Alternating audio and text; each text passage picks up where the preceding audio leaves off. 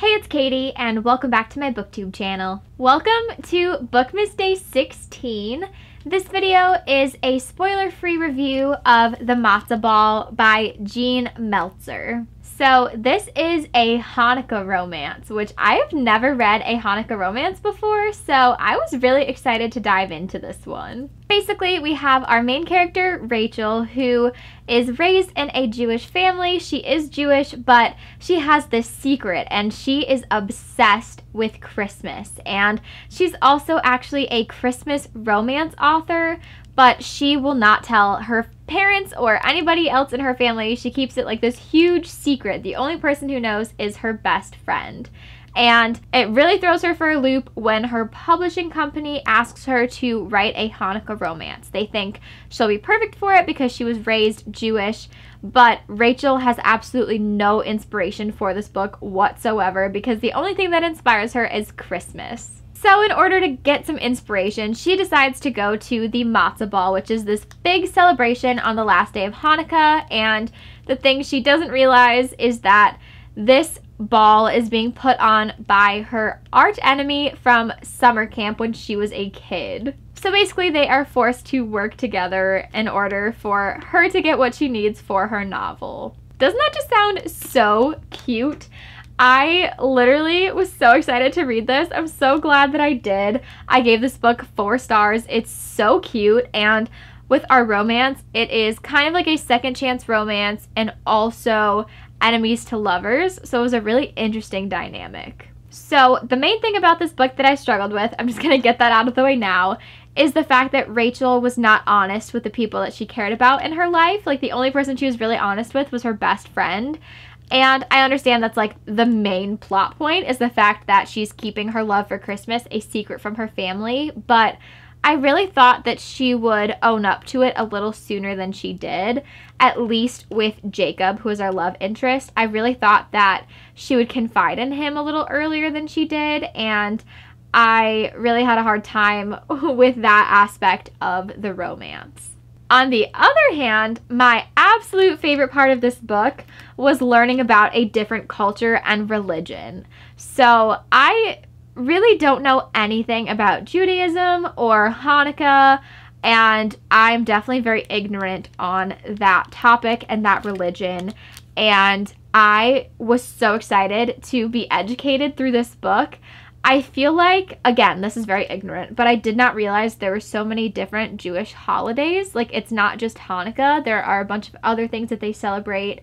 I loved learning about their different holidays, different traditions, and like customs and things that they love and cherish, and different ideals. Like, it was just so much culture and religion that I really loved learning about, and that was definitely my favorite element. I love being educated on different things that I previously knew nothing about, and it was so fun. I felt like this was a great Hanukkah romance to introduce me to that world. Another thing I adored about this book was the Matzah Ball itself. Because this book is told from dual perspectives, we get to see Jacob work on this event. And I love any book that deals with putting on different events because that's what I went to college for. So it's always so fun to watch people plan events and see how things go and what they do when certain things go wrong. And I had so much fun watching this event unfold. Another really important element of this book was that there is representation of different diseases and illnesses. So Rachel has chronic fatigue syndrome, and you really get to see the way it affects her and how hard it is for her to go about her day. And she constantly talks about the fact that it sucks having an illness that affects her so much but has such a dumb name, to the point where people don't think there's anything wrong with her. They think she's just tired, and they try to tell her to just go to bed earlier, or, you know, try to eat more of these foods to give you more energy, and they don't really understand that it's nothing that she can really control. There's also representation for MS in here as well. So I thought it was really great to have this representation, especially through a main character, because I feel like we don't have enough representation like that, especially through main characters in any romance books. So I really adored that element. I really thought this was an adorable romance between Rachel and Jacob. There was kind of a little bit of angst in there too, though, which I was not expecting because I think they're both in their 30s, so I really felt like it would be like a more mature vibe. But for some reason, there's like a slight tone of like angst. And I think that comes from the fact that this is a second chance romance and they have a lot of things they're trying to work through from their past as well.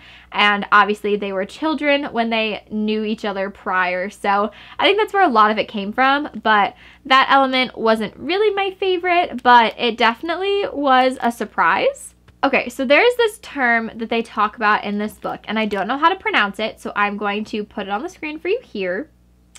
But basically, I loved hearing them talk about this. So this concept is essentially like your soulmate. And it's not your soulmate in the way that you might think. Like when I think of a soulmate, I think it's like somebody that is perfect for you in every way. Like they're absolutely perfect. Like you would love everything about them. They would love everything about you.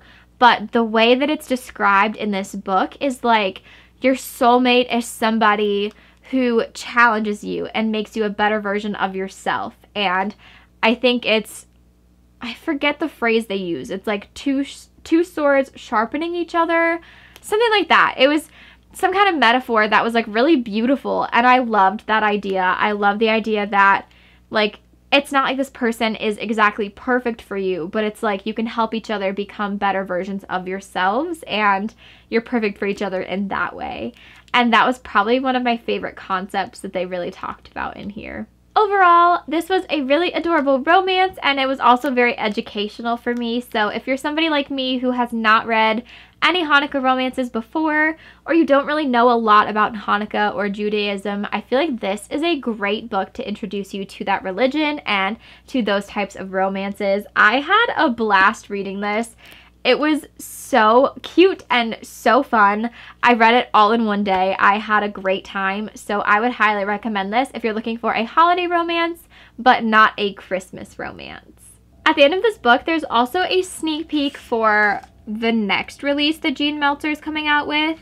It is another Jewish rom-com called Mr. Perfect on Paper. And it just has a little blurb, so I'm going to read that to you because I haven't read it yet, so I don't really know what this is about. But it says, when third-generation matchmaker Dara Rabinowitz, I'm really bad with names, finds her search for love thrust into the spotlight after her grandmother outs her list for the perfect Jewish husband on live television, a nationwide hunt ensues. But finding Mr. Perfect on paper may mean giving up on the charming and totally not Jewish reporter following her story. That honestly sounds so cute.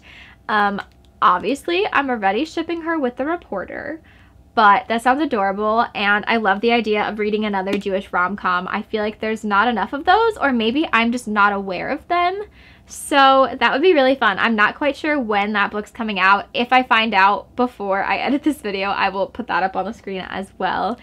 But this was really cute. I highly recommend this book. And if you enjoyed this video, please like it and please subscribe to my channel. I would really appreciate it. And if you do end up subscribing, please also click the notification bell so you know when I upload next. Thank you guys so much for watching. I can't wait to see you in my next video.